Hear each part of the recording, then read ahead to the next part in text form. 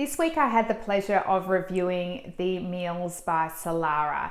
Now I was really looking forward to this because not only do Solara offer a range of delicious looking meals, they're also one of the few providers that deliver 100% plant-based meals. So all their meals are free of any animal products, meat, fish, dairy, eggs, and they are using whole food ingredients. So there's nothing refined in there. There's no additives, preservatives, no added sugars or refined carbohydrates that you often find in convenience style meals, and also particularly in vegetarian meals or vegan friendly meals. So I was really looking forward to it.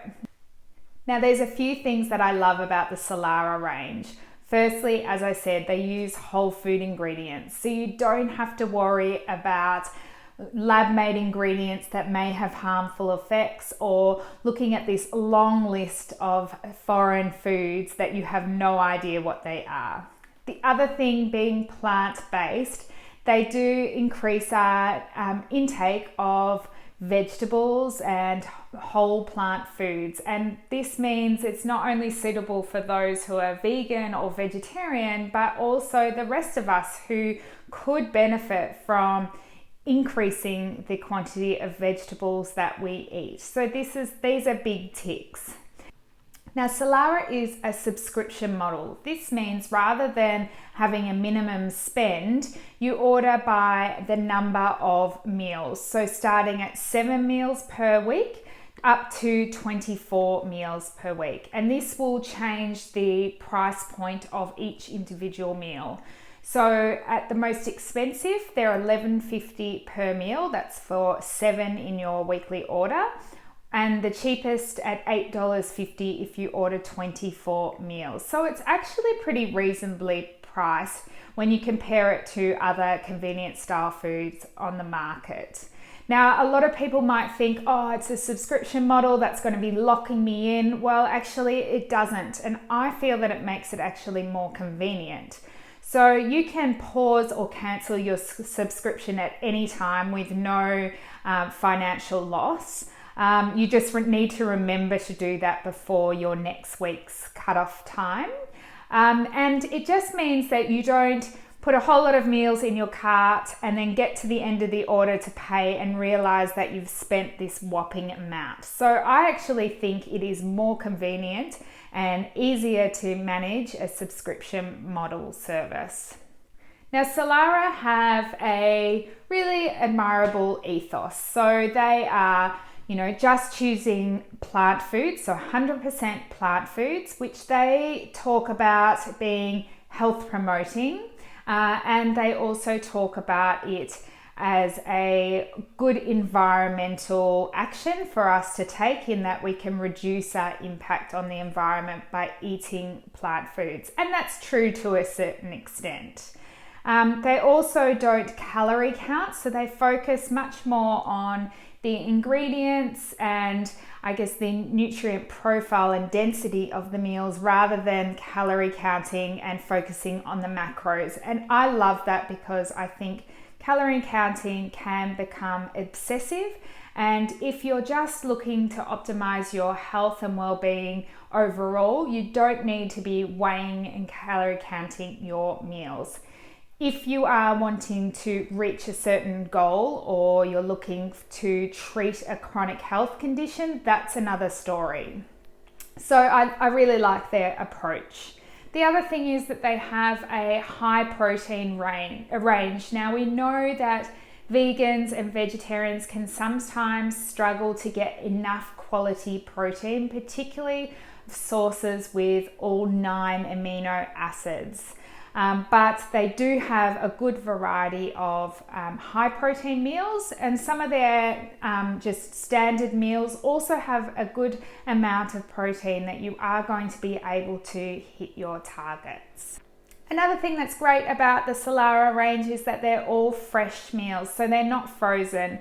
They're delivered on your doorstep in a box with cooler packs, so they're nice and safe in terms of that food safety, but they're all fresh. Now they do say that you could freeze them if you weren't able to eat them by the expiry date, but they do mention that some foods are going to freeze better than others, so they're best eaten fresh.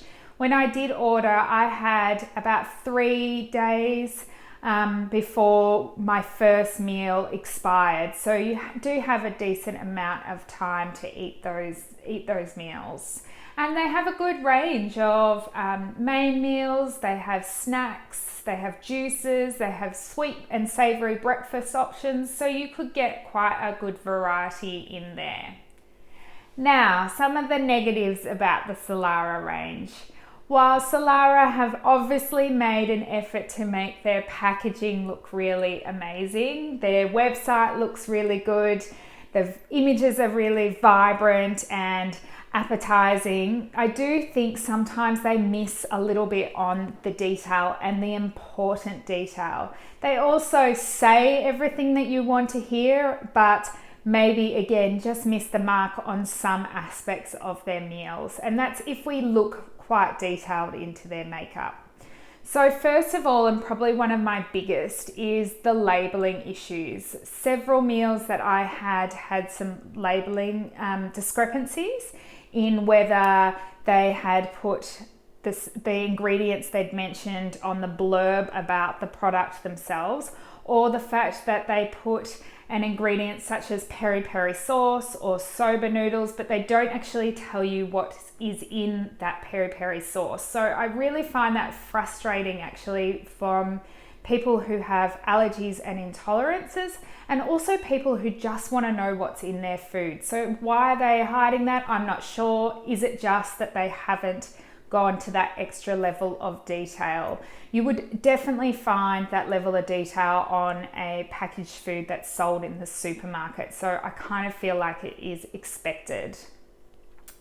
The other big issue that I have with the Solara range is that they use soy products in most of their main meals. Now, this is not a problem in general because I think soy is a health promoting product. It is associated with reduced inflammation. It can help with menopause symptoms. They also have a lot of evidence to suggest that it's heart health promoting and great for our bones. So there's lots of things about it that I love. It also is a really great protein source for vegans and vegetarians. But we do know there's a lot of emerging evidence about genetically modified soy. Now, most soy that is made, especially that coming from America, is genetically modified. Now, why is this a big deal? Well, the evidence suggests that soy products that are GMO can cause inflammation. They can also cause hormone disruption and can increase our disease risk. So it's not ideal that we're consuming genetically modified soy.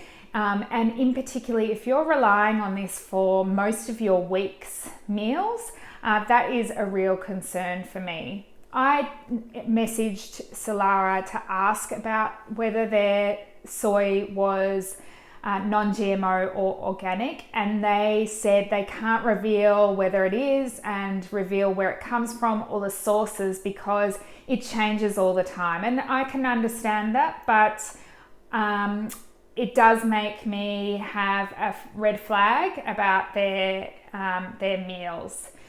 Ideally, you only want to be eating organic or non-GMO soy products, particularly if you are eating these on a regular basis. So that is something that you should keep in mind when you are choosing the meals from Solara. It also mentions on their website that they do get a lot of ingredients from Australia, but again, on their labeling, they don't actually tell you how much. So whether that's true or not, is it that they just get some ingredients in Australia and the majority overseas? We don't know.